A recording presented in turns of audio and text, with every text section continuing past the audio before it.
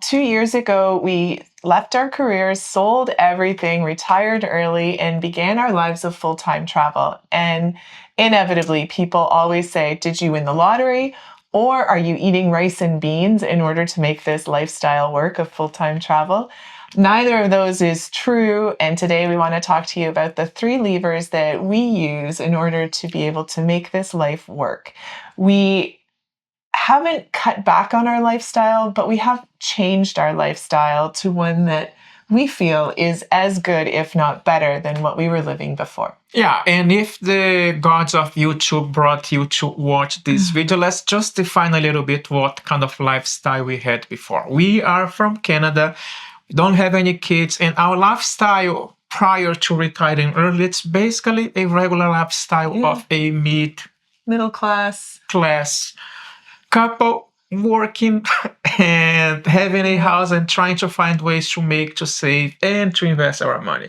I mean, prior to retiring, Jean and I would go on 1 to 2 vacations a year.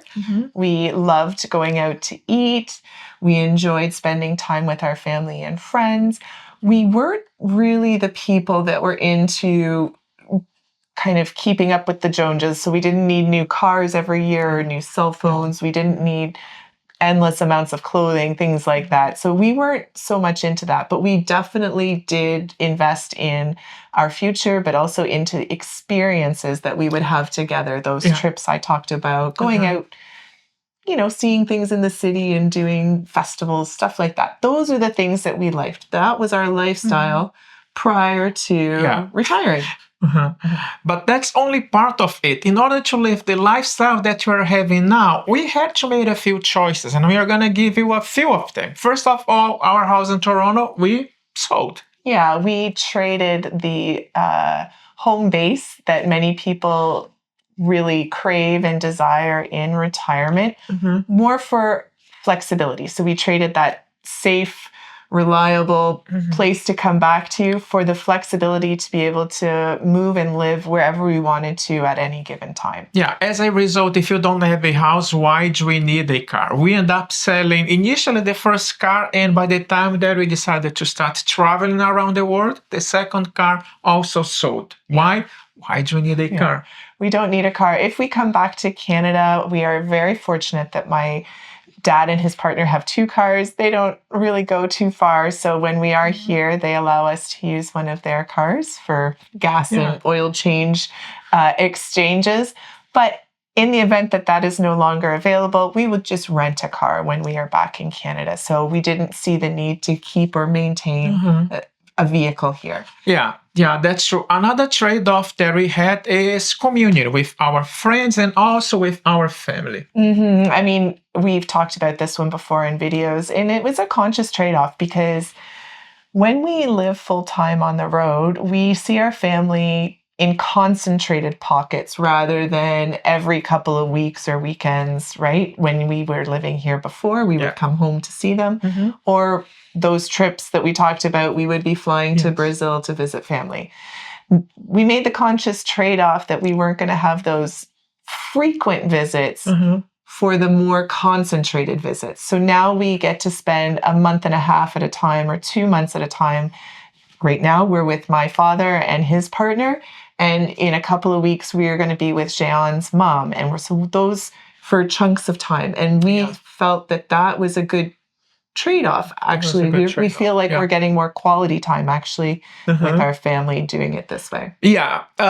Is it easy? No, but again, trade-offs, that's what we need to do and what is going to work for you. So that's what it works for us. And one big one I'm going to let you talk about is identity, especially in your career. Yeah, I think that's a big trade, right? And the more I think about it, I used to have a bigger issue with the lack of identity. I was a police officer and now I am a retired nomad. But the more I think about it and the more that we're settling into this lifestyle, the more I am embracing the title of retired nomad, world wanderer, if you will. I think that that's a great title. So there is an identity shift that you need to get over as well when you become a full-time retired nomadic traveler. But I think retirement in general comes with that identity shift. I feel, and I am a goal-oriented. If I usually try to have those things accomplished as soon as possible, but sometimes it's quite difficult. We are learning that as we go. It took us some time. We are on year number 2, or should I say 3? It's 3, right? Yeah. So year number 3 now. And we are still adjusting as we go. Is it perfect? No, but we keep learning and we keep experiencing and we keep trying different things that is going to work for us. Yeah.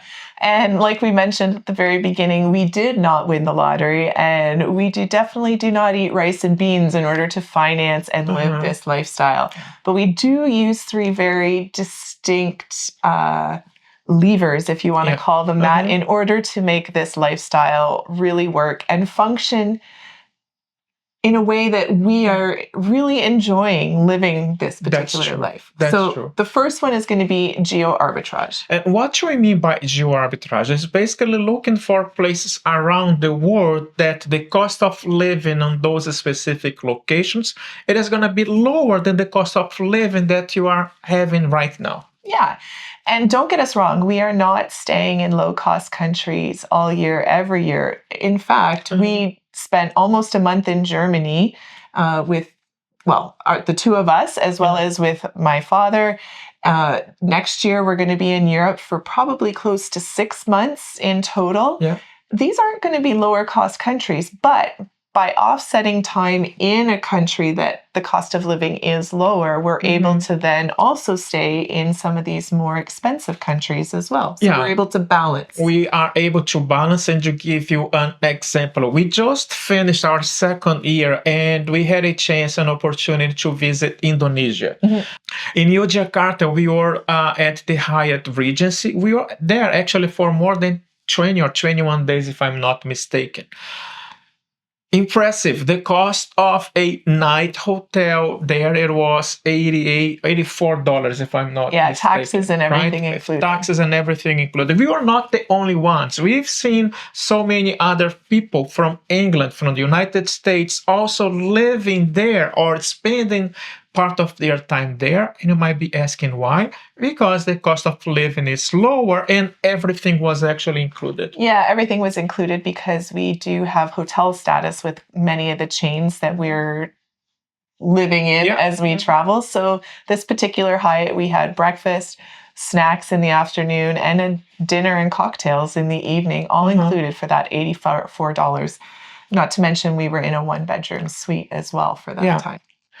And that's a really good point, because I don't think they're going to be living in Canada with $84 per day with everything included. If you have a place in Canada that this is actually the cost, let us know in the comments below, or anywhere you are. Yeah, and I mean, $84 for your housing, your food, all the bills, everything that goes along with it. That's pretty good for 2 people. So we do use geo-arbitrage in order to offset, and not offset, but just manage our costs. The second one that is also important is what we kind of call as infrastructure, which is loyalty eligible programs. And we briefly touched on this with the Hyatt Globalist. That allowed us to have access for free breakfast and the lounges at Hyatt properties, but we also have that with Marriott as well as IHG, and soon with Accor. So we are managing and leveraging those loyalty programs when we do stay in hotels. We try to make sure that they have a lounge that we can take advantage of, and that means all of our food is then included into that one price. Yeah, and it's funny because I do remember a few years ago, even when you were working, I honestly did not know that hotels, they also had lounge. I hear about lounge, but it's usually related to airports, when you are in a plane. But hotels, it was the first time in. Yeah. In fact, I think, and so it's not just even for U.S. credit card holders. This goes for everybody looking to travel full-time. Programs like IHG and Accor are very, and Hyatt actually, are very lucrative for people even without holding a co-branded credit card for those programs. So don't let not having a co-branded credit card off-put you. In fact, I think we just have a blog article up on our website about the value of the IHG program. So head over to the website and take a look there if you're looking for some info there. You gotta see the math behind, and that's exactly what we share with you. We are your guinea pigs, and then we do those things and we see what works and what it doesn't work. Yeah, and it's not just hotel programs. We leverage travel points and miles as well. So most of our flights are covered by points and miles that we earn through our everyday spend on credit cards. And we are traveling in a class of travel we didn't even do when we were working. So most of our long haul flights are in business class these days.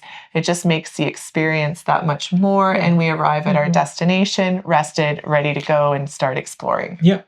And the third one that we have leveraged is we no longer, or we have eliminated a lot of our fixed costs.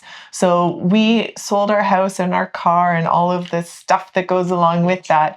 And those items come with a lot of fixed costs. You have upkeep on a home. You've got replacing a lawnmower or a snowblower and all of these different things. And all those costs really do add up.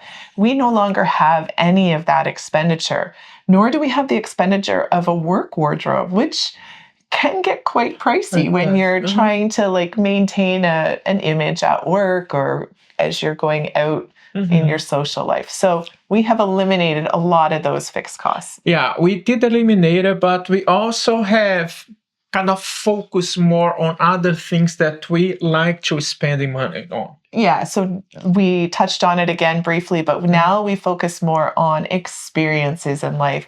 We spent money on going and buying tickets to a beautiful lantern festival in Chiang Mai and taking part in that cultural experience. We also decided to go and take a river cruise along the Mekong River, actually in Laos. So from in the border between Thailand and Laos, we decided to do this. Yeah, or we spent a little bit more than most would maybe, but we had a private guide and we did a sunrise tour of Borobudur temple in Yogyakarta. So these are the experiences that we are really valuing now and we are investing in now, because these are the memories that we're going to carry with us as we get older and age down the road. Yeah, and imagine this situation. Back in Canada, January and February are usually cold months here in North America. What have we decided to do? Why don't we go and focus on our health?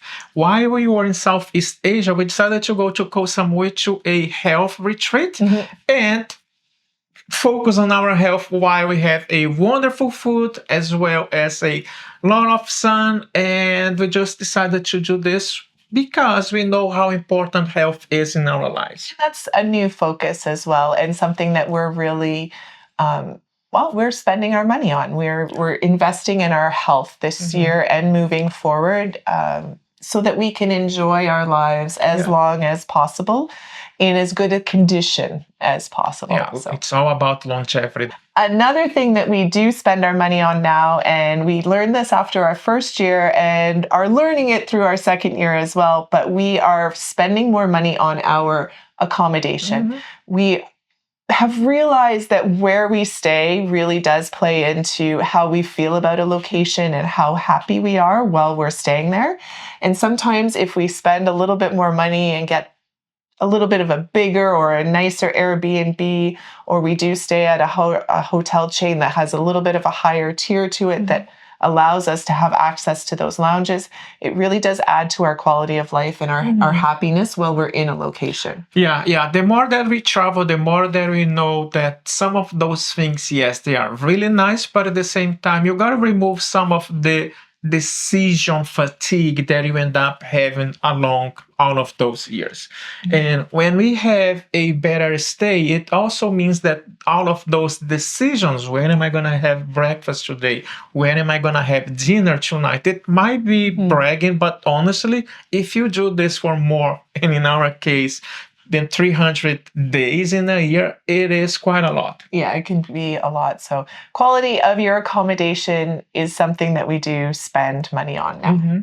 So that's how we are making our full-time travel lifestyle work. And I think there are a few things that have surprised us over the Yes. last 2 years of retirement and full-time travel, one of which is the financial aspect. So we use these levers in order to make sure that we are sustainable financially.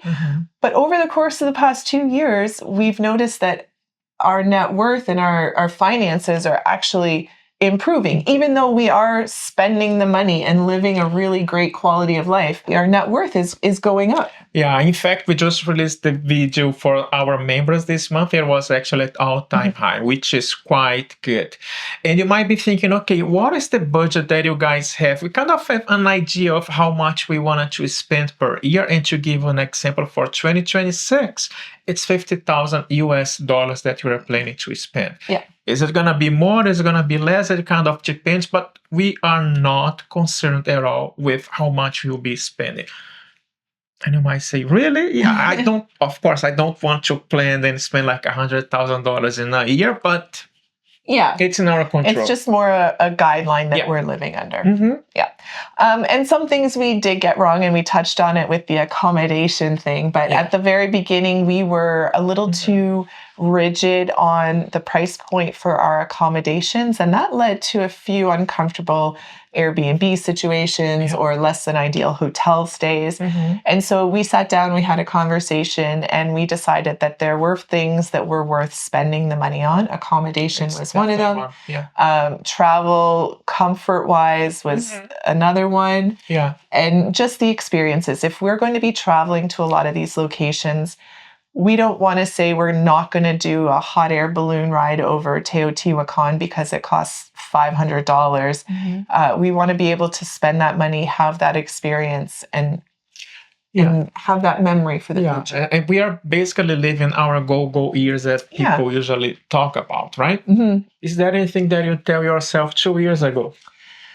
Well, definitely don't worry about the finances. They're going to look after themselves. It's going to be a lot of fun and a great journey, and just learn to relax a little bit earlier and enjoy the ride.